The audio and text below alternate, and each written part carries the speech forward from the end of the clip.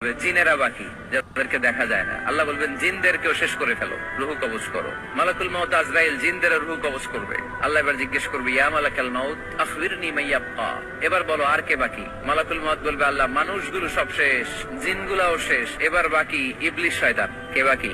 ইবলিসরেও শেষ করো, ইবলিসও শেষ। আল্লাহ আবার জিজ্ঞেস করবেন, ইয়া মালাকাল মউত মা ইয়াবকা, আর কে বেঁচে আছে বলো? মালাকুল মউত বলবে, আল্লাহ আপনার কথা অনুযায়ী পৃথিবীর সব মানুষের রুহু কবজ করলাম, সব জিনদের রুহু কবজ করলাম, ইবলিসের রুহু কবজ করলাম, এখন আছে শুধু ফেরেশতা। আছে কারা? যাও ফেরেশতাদের রুহু কবজ করো। ফেরেশতাদের রুহু কবজ হয়ে যাবে। এবার আল্লাহ জিজ্ঞেস করবেন, ইয়া মালাকাল মউত আখবিরনি মা ইয়াবকা। মালাকুল মউত বলবে, আল্লাহ আপনার কথা মতো ধরে ধরে সব শেষ, ফেরেশতাও শেষ, চারজন ছাড়া। কয়জন ছাড়া? জোরে বলেন, কয়জন ছাড়া? ইসরাফিল, জিব্রাইল, মিকাইল, আজরাইল। আল্লাহ এই চারজন আমরা বাকি। আল্লাহ বলবে, যাও ইযহাব ইনতালিক ইলা জিবরিল ওয়াকবাদ রূহা, জিব্রাইলের রূহ কবজ করো।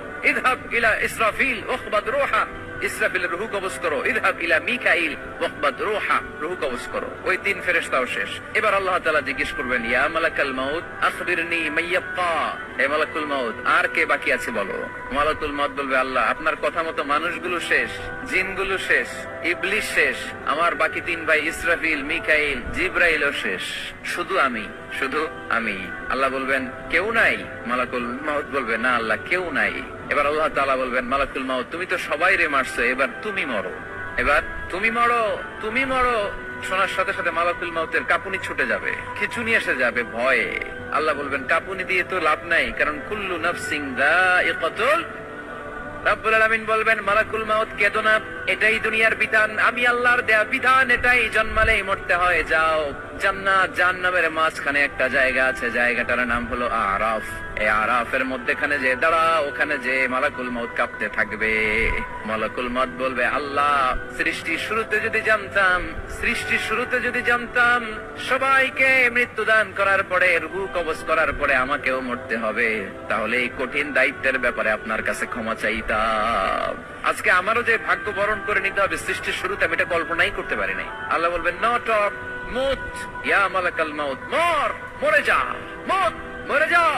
বলার সাথে সাথে মালাকুল মউত এক বিকট চিৎকার হাঁকিয়ে মরে যাবে। মালাকুল মউতের চিৎকারটা সেদিন এত ভয়ঙ্কর হবে, বিষ্ণু ইসা ইসলাম বলেন, ওই চিৎকারের আওয়াজ যদি পৃথিবীর মানুষেরা কান দিয়ে শুনতে পেত, তাহলে কিয়ামত সংঘটিত হওয়ার জন্য আলাদা করে ইসরাফিলের সিঙ্গার প্রয়োজন হতো না।